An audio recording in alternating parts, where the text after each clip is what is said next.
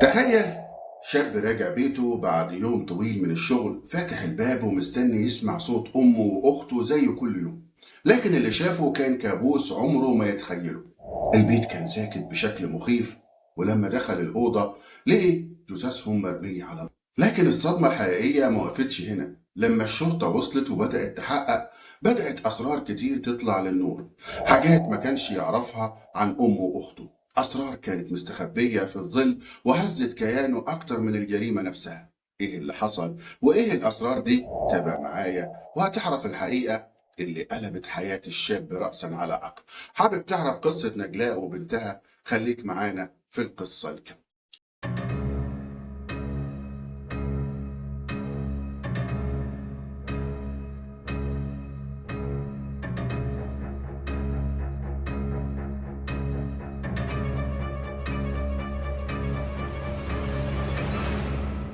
قصتنا حصلت سنة 2010 في واحدة من قرى الصعيد في سوهاج. كان سيد الشاب البسيط اللي شغال طول النهار في الأرض، راجع بعد المغرب تعبان من شقى اليوم.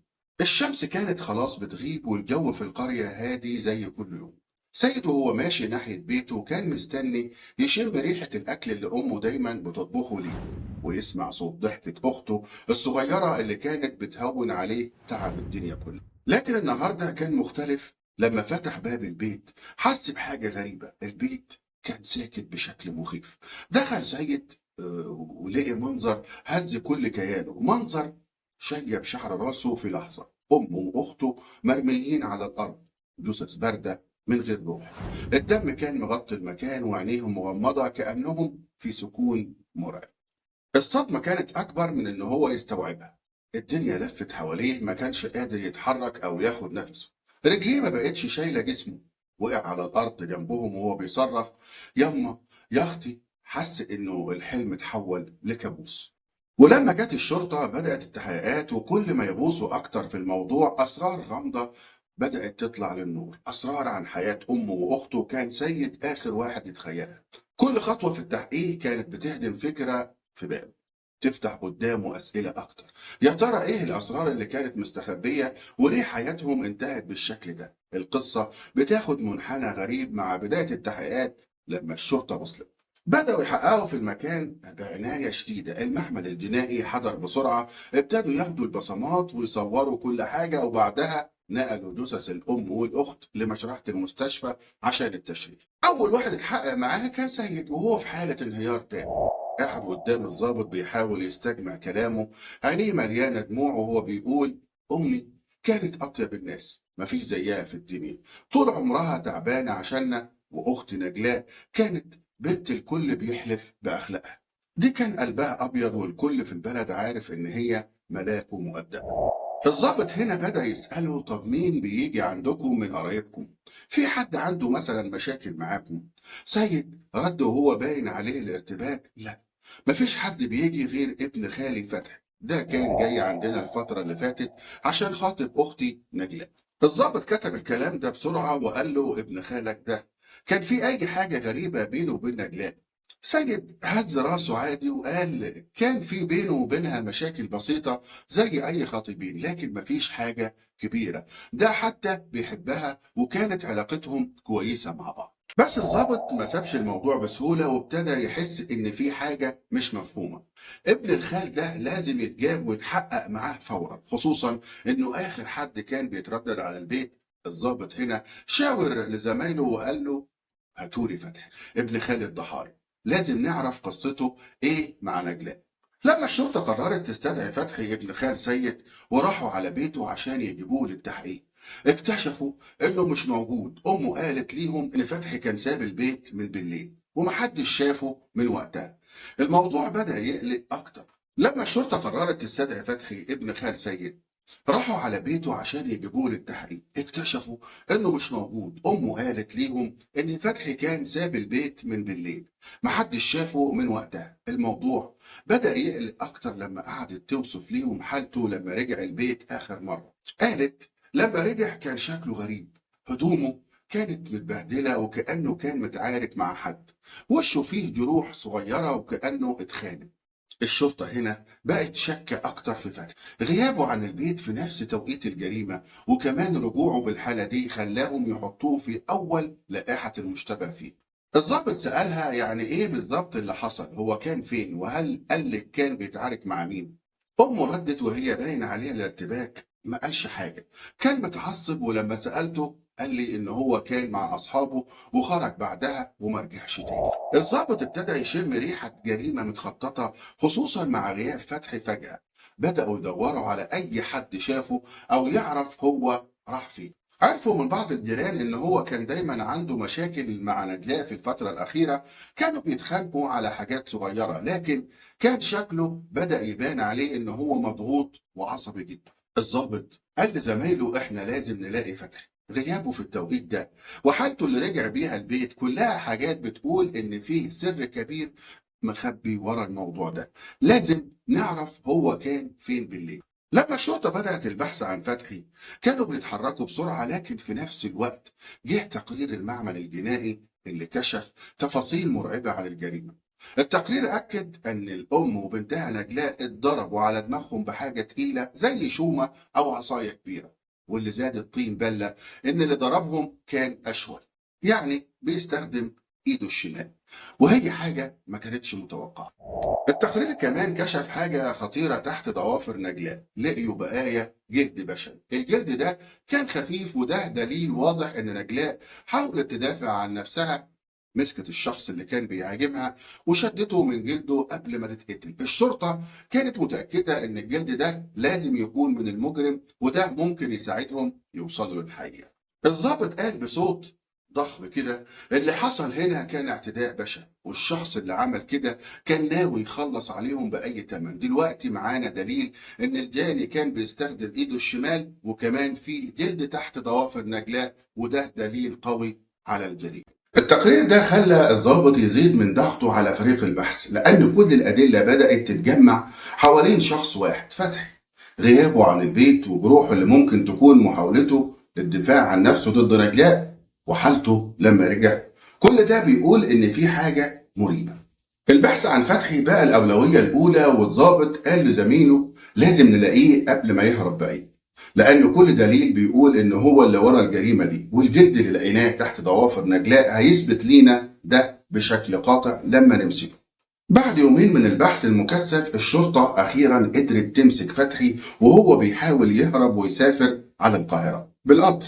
قبضوا عليه في آخر لحظة قبل ما يركب القطر، وكان واضح عليه علامات التوتر والخوف. لما قعدوا معاه في التحقيقات لاحظوا الجروح اللي باينة في وشه زي ما قال تقرير المعمل الجنائي. الجروح دي أكدت إن في خناقة حصلت بينه وبين حد، بس كان السؤال مع مين؟ لما بدأوا يسألوه عن سبب هروبه وليه الجروح في وشه، فتحي قال بصوت مليان توتر وخوف أنا كنت مرعوب، مرعوب من اللي حصل ومش عارف أتصرف. لما شفت اللي حصل دماغي اتلخبط، حسيت إني لازم أهرب.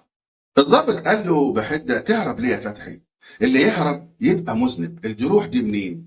هل نجلاء دفعت عن نفسها وانت كنت اللي ضربتها؟ فتحي نزل راسه شوية وبعدين بدأ يحكي بصوت واطي وكأنه مش قادر يصدق اللي حصل. لا أنا ما كنتش عايز أي حاجة توصل لكده، كل اللي حصل كان صدفة، أنا كنت في موقف عمري ما تخيلته. بدأ يحكي القصة اللي هتصدم الجميع. قال في يوم الجريمة كنت عند نجلاء في البيت، كنا بنتخانق، كان في مشاكل بينا في الفترة الأخيرة، كنت متعصب، هي كانت بتضغط عليا عشان عايزة نكتب الكتاب بسرعة وأنا كنت مأجل بسبب مشاكل مادية. في النص بدأنا نزعق وأنا خرجت من البيت، وأنا خارج لقيت شخص غريب كان لابس جلابية سودة مستنيني بره. بدأ يكلمني بأسلوب غريب ويقول لي حاجات غريبة عن العيلة دي وعن حاجات مستخبية، وأنا ما كنتش فاهم هو عاوز إيه. فتحي كمل كلامه وقال الشخص ده كان غريب جدا وأنا كنت حاسس إن هو متابعني من فترة، حصلت مشادة بيني وبينه وده اللي عمل الجروح في وشي. بعدها رحت البيت عشان أهدي نفسي، لكن لما عرفت اللي حصل لأمي ونجلاء كنت متأكد إن الشخص ده ليه علاقة باللي حصل. أنا هربت لأني كنت خايف من اللي شفته ومش عارف أعمل إيه. الضابط طبعا كان مصدوم من الكلام، حس إن في حاجة أعمق ورا الموضوع ده. هل فتحي بيقول الحقيقة ولا هو بيحاول يهرب من الجريمة؟ الشخص الغريب ده مين، وهل فعلا كان ليه دور في اللي حصل؟ لما الشرطة رجعت لسيد أخو نجلاء تاني وحكوا ليه الكلام اللي قاله فتحي عن الشخص الغريب، علامات الاندهاش ظهرت في وشه. قعد لحظة كده يفكر وبعدين بدأ يتكلم بحذر كأنه بيحاول يربط بين الأحداث. قال الشخص الغريب ده ممكن يكون الشاب اللي كان بيحب أخت نجلاء وهي في الكلية. اسمه مصطفى، كان زميلها في الجامعة. الحقيقة هو كان متعلق بيها جدا وحاول يتقدم ليها بعد ما خلصوا دراسة، لكن أنا وأمي رفضناه. حسينا إنه مش مناسب ليها، وخصوصا إنه كان من القاهرة، يعني بعيد عننا بساعات، وما كانش ليه حد في القرية يعرفه أو يضمنه أو نسأله عنه. سيد كمل كلامه. مصطفى كان شكله متضايق جدا وقتها، وافتكرنا ان هو خلاص هينسحب من حياتنا. لكن دلوقتي لما فتحي بيحكي عن شخص غريب لابس جلابية سوداء وبيلاحقه، بدأت افتكر ان مصطفى كان من النوع اللي مش بيستسلم بسهولة. بس السؤال اللي محيرني، ايه اللي جاب مصطفى من القاهرة لحد قريتنا؟ وهل فعلا هو اللي ورا اللي حصل لنجلاء وامي؟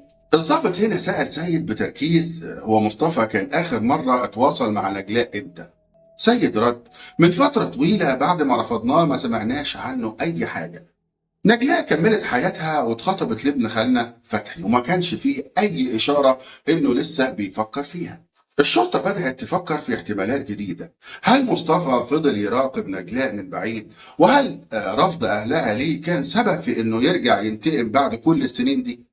الضابط هنا قال لفريقه لازم مصطفى نعرف مكانه ونتأكد إذا كان موجود في القرية في توقيت الجريمة ولا لا.